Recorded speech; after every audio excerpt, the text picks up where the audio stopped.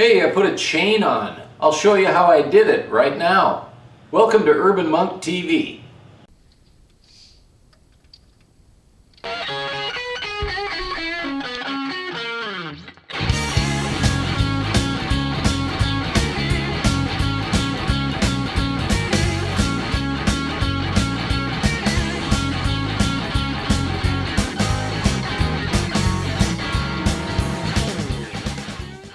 Here's the parts we're going to need: a front sprocket with a lock washer and a nut, a 530 chain.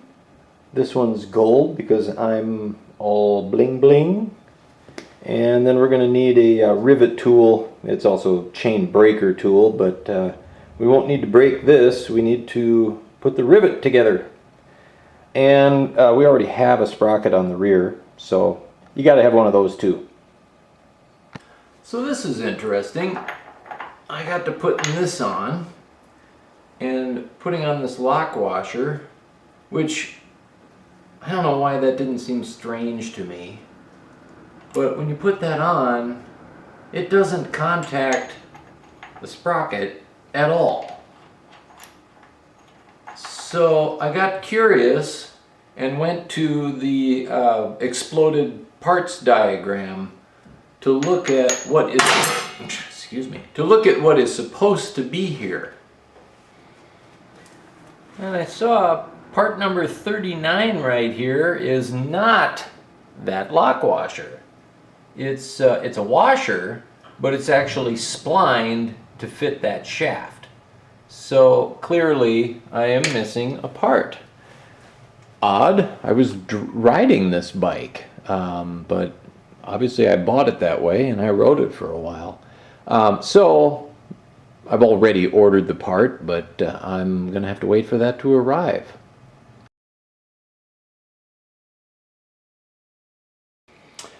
Okay, so I ordered this special washer and it came in, and it's hard to line up the splines. So that is all one is supposed to put on there. I don't know where this lock washer came from. I don't see it in the parts diagram. You're just simply supposed to put the nut right here.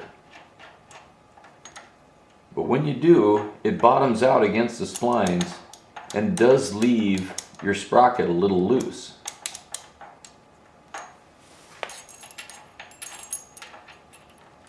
Also, while I was at it, I bought a new sprocket because I did notice that these were just a bit worn. I could have used this, but I found this on eBay for literally $6.99 including shipping, and it's a nice steel. It's a 530 15 tooth, so it's just like stock, and I figured, why not? Okay, after conferring with a trusted friend, my buddy Rodney at Allison Sales and Canvas, the same guy who is doing the seat for our cafe racer here, this is how it is supposed to be when you put the nut on and torque it down. By the way, torque on this nut is 29.5 to 43 pound-feet. Another one of those really big ranges for torque. Anyways, when you torque this thing down, your sprocket is a little loose. You know, he was saying his Ducati Monster is the same way. I believe that little bit of slop is intended. So we're going to go ahead and follow the service manual. We're not putting that lock washer on there that the previous owner did. And per Rodney's advice, and I concur, we're going to put a little grease on these splines. Just a moly grease. And I'll put some inside here.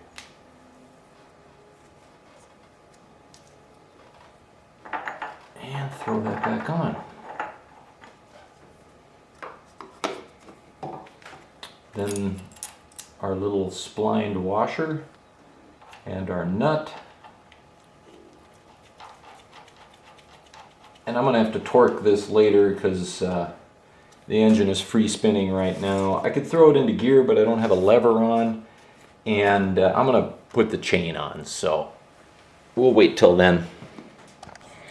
And this is why I'm replacing this sprocket, because you see how, you know, this valley kind of goes down, but then it swoops off this way. It's not a uniform U, you know, like that. Each of these is kind of swooped off. It's worn in here, right along this surface. So, you know, could I have gotten away with it for a little while longer? Maybe, but it's such a cheap part, and I'm in here. Where the old sprockets and chains go to die. So, let's mount a chain.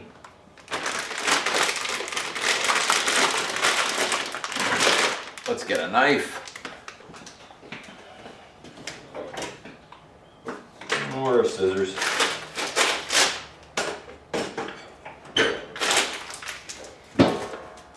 Okay. So for those of you keeping score at home, I have gone with a 530, which is the standard size chain for the GS550. It's an O-ring and it's 110 links. This one happens to be this brand. I don't imagine a 550 is going to put out the kind of torque that's going to stretch a 530 chain. You know, it's just differences in build quality between brands. I'm having a hard time believing at this size that it's going to matter much. But, well, anyways, that said, 530 chain.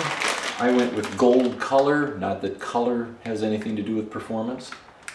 And let's string it on here. So for me, this is pretty easy in that the bike calls for 110 links, and this chain is 110 links right out of the box. Sometimes you buy a chain that has more links in the box than what you're going to use on the bike. In that case, you got to remove the extra links before you put it on the bike. If you want to see, here's one of the O-rings I need. I'm going to be careful I'm not losing it.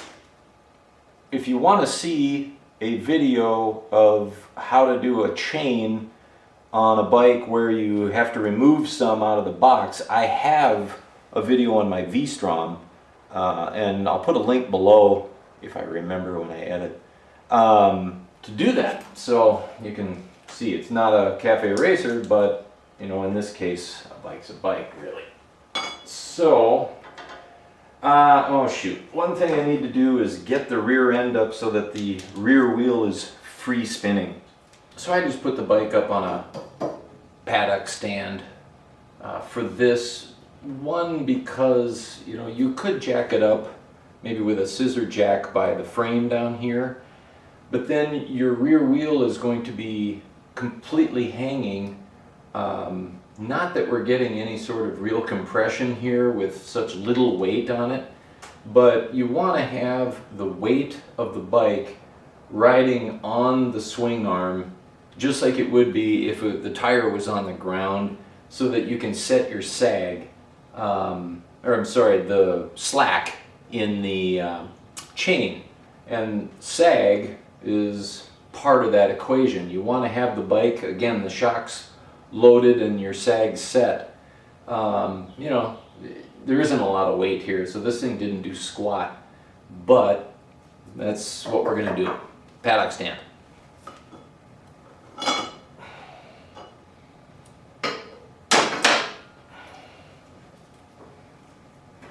And up and around.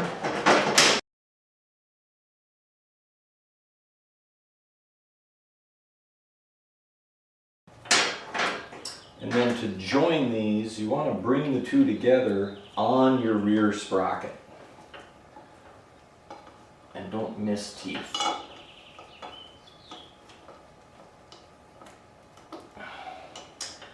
Now, the first thing I got to do is bring my wheel forward because it's slidden all the way back. You need it forward.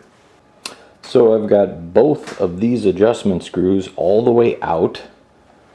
And when those are out, then obviously this whole assembly slides forward, including your axle. So then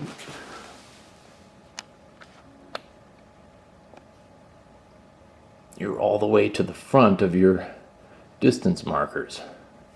And one thing I've noticed already is that there's a little mark inside this yoke that should be on this side, which means this yoke is intended for the other side of the bike.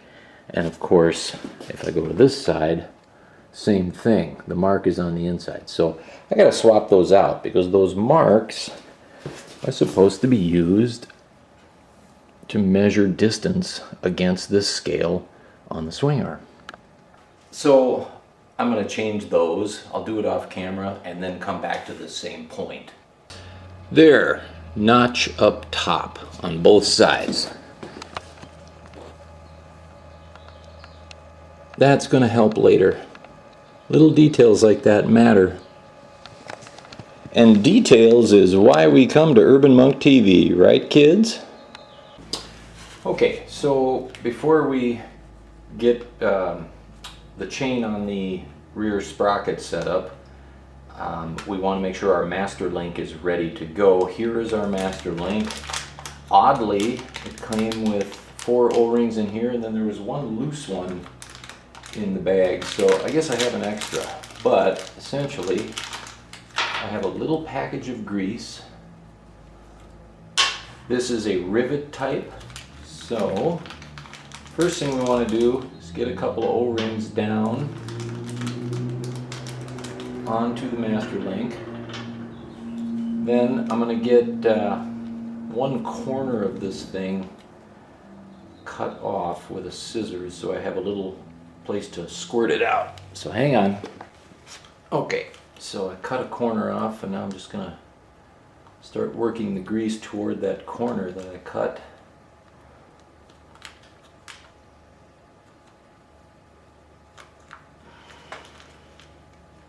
There we go.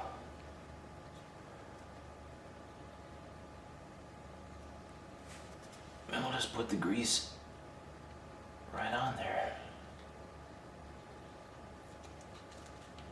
This is more grease than we need.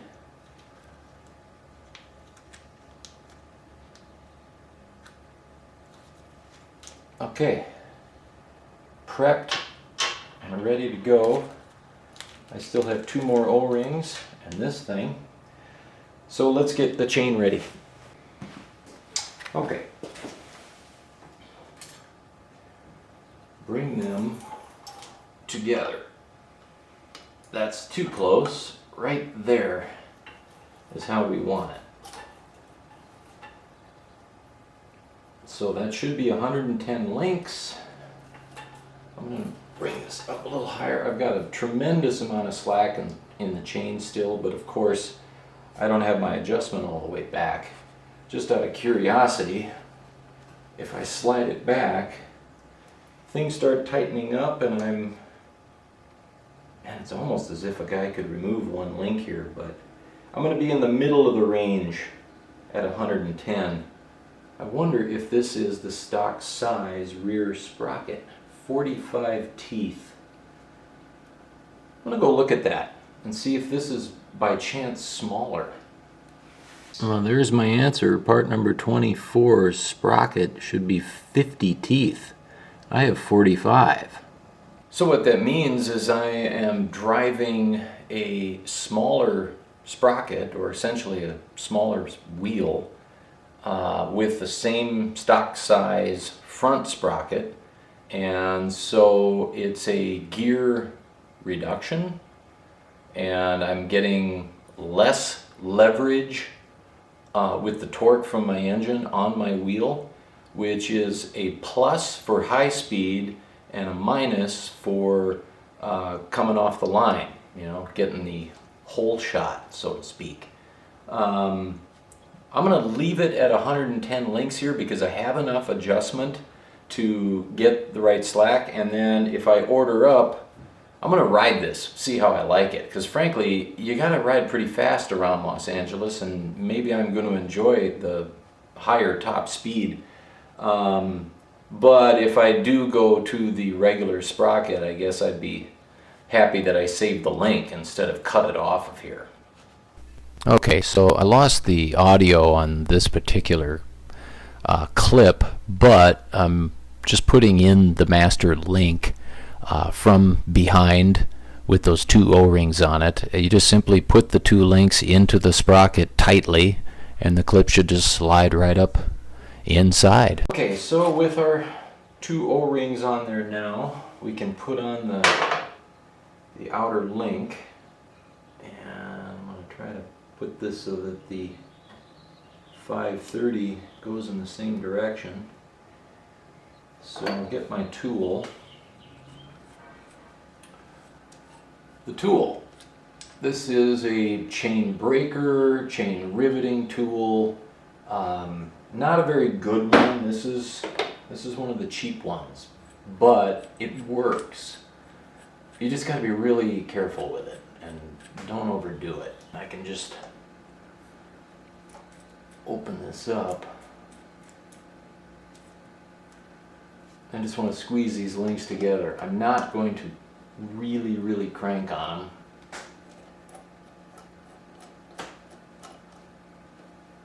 I just want to get that plate on to the point where the rivet is coming through.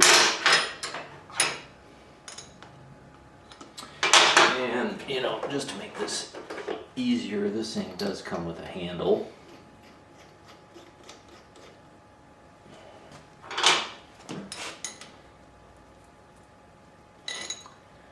So there I'm kind of smashing the rivets a little, or the O-rings, but not a lot.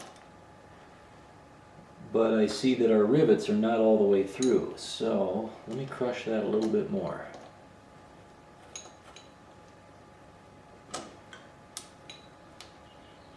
There.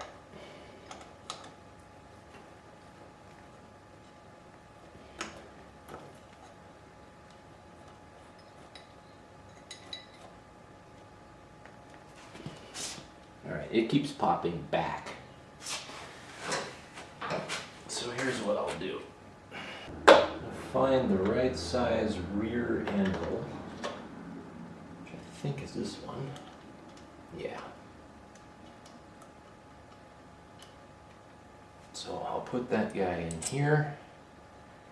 There's one pin for spreading the rivet, and that is this guy. Let me show you this close. So he's got that little rounded head to him. The other ones are flat here. So this is the one for spreading the rivet. That goes inside the tool with a spring around it. So spring inside, and then I'll call this the plunger behind it, and I'm going to just thread it to where I barely see it coming here. There. And then again, this anvil goes back here. And I can sandwich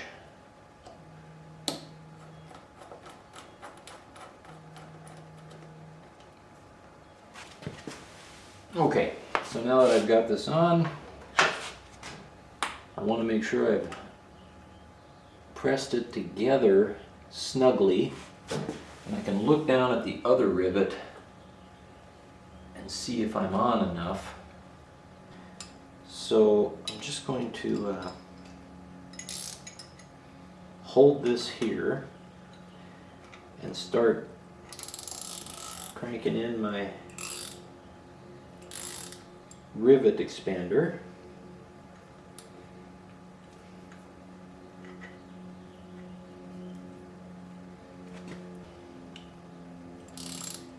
You don't want to over expand the rivet.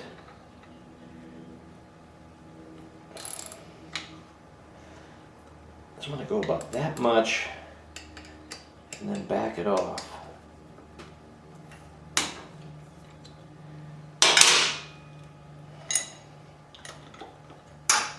and measure the expansion. This particular chain did not come with a specification, but what I can do is, I know from experience with other bikes that you want to expand these, say roughly 0.5 millimeter in total diameter. Pin was originally 5.0, so 5.05, pretty much 5 millimeter, and I'm at 5.1 now, so I want a little bit more spread than that. So back on, snug that.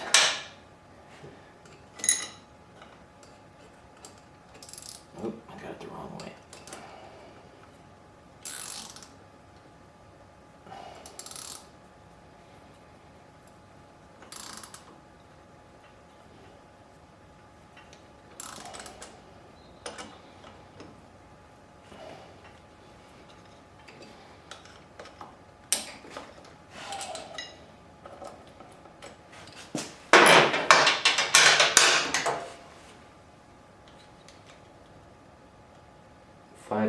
.3, just a bit more.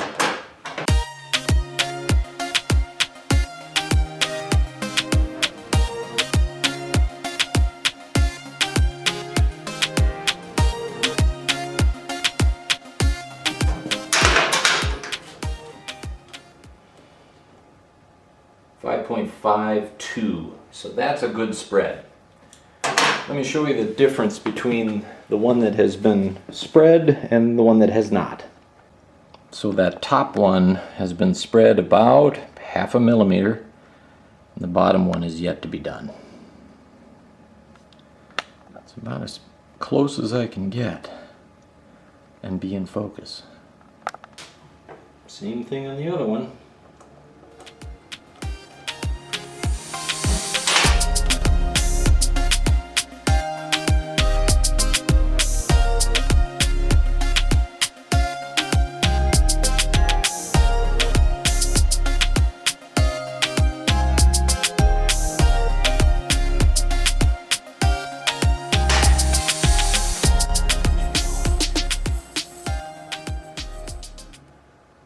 5.55. We're done. So yeah, they aren't the greatest tool, these cheap chain breaker and riveting tools, but they do work. I think I got this for under $19 on eBay. Oh, I left the riveter and the spring inside. That's why it won't come together. Spring, riveter, and you go in there. Hey, how about a video on how to put the tool back together for storage? Riveting. Okay, I want like 3/4 of an inch to maybe 1.25 inches, no more than that. It actually says 1.2 inches in the service manual, so 0.2 of an inch. But let's go into the bottom of here. I am at, yeah, that's pretty good. I'm gonna leave it there.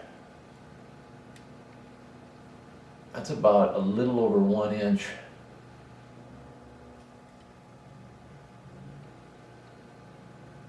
Not quite. Looks good to me. Now let's get these things matched up on both sides so that we're straight. What a guy wants is this sprocket to be going straight to the front sprocket and not to be pitched, you know, one way or the other. If you have something that you can run up there, this is a little too bulky. Well, not quite. That's not bad. It looks like I have to bring the right side forward a little bit, which will take it like this, if that makes sense. And if I look at my little marks, I'm 1, 2, 3, 4.5, 4 3/4 from the back. 1, 2, 3, 4 here, yeah, so I can go forward a bit.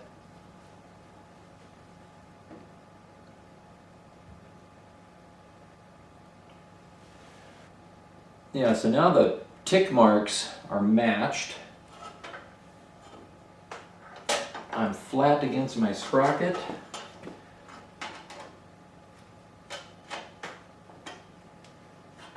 Yeah, that's good. You really don't have to do this. I eyeball these things all the time.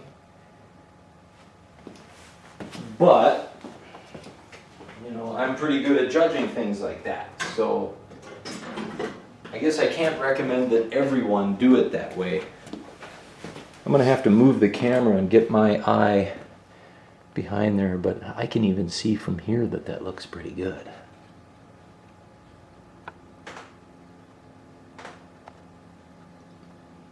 I'm going to tighten everything up. So there's my lock nuts. I think those are 12 millimeter. No. Yes, they are actually, sorry. So I'm holding the bolt and tightening the lock nut so that I don't move the axle, because the axle is still loose. Tighten that. Same thing here. Hold the bolt, tighten. Oh, that's because I'm on 13. Tighten the nut. There we go. And now I can tighten the axle. Let's get the torque spec for this.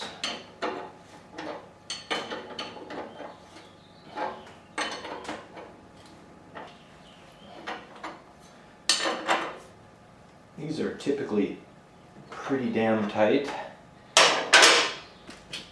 Service manual calls for 36 to 58 pound-feet. I'm going to like 50.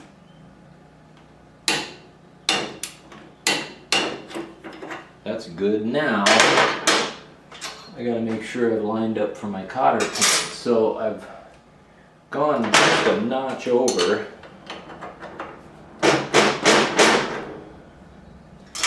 See if I can get the pin in.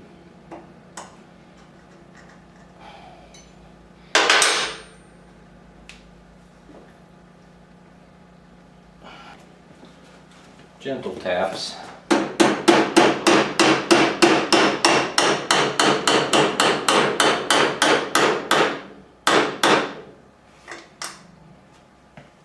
That'll stay. I don't think that pin is meant for that. Okay, now let's torque the front sprocket. Alright, front drive sprocket nut. 29 to 43.5 pound-feet. That is 4 to 6 kilogram meters. And just for your reference, on the rear axle nut, that is 5 to 8 kilogram meters in metric. 36 to 58 pound-feet, 5 to 8 kilogram meters for the rear axle nut. This is the sprocket nut, 4 to 6 kilogram meters, 29 to 43.5 pound-feet. 43.5, well, I was at 50, so let me just back this off. Now I'm at 40. That's probably good. I'm just going to throw this wrench up in the sprocket and hold it on the paddock stand here and get my leverage that way.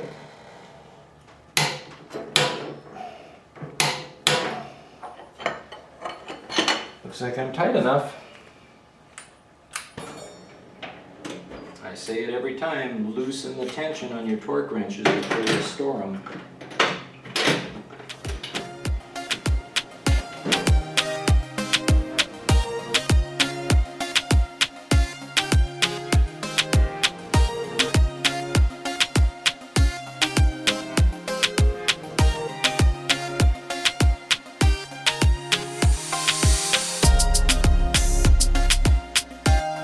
Well, hey guys, so we got a chain on. That's going to be it for this episode. Fun to see the chain on and to use that chain tool. You know, you buy these tools and then they sit in your toolbox for a long period of time and you don't do anything with them and you wonder, boy, why'd I buy that? But, you know, once in a while you need them. Nothing like the right tool for the job. So thank you for watching. If you like what I'm doing, please give me a thumbs up. And what are we going to do? A front fender. I've been painting and clear coating and wet sanding, and that is about ready to go on, but I still need to wet sand the clear coat and polish it, a rubbing compound, polishing compound, and then wax it. Then I'll put it on the bike. So that continues on, and just little miscellaneous things I'm kind of nickel and diming on. You may have caught that there's a foot peg on the bike, or maybe you didn't catch that. If you like what I'm doing, please give me a thumbs up, and if you want to become a monk, subscribe. Thanks for watching.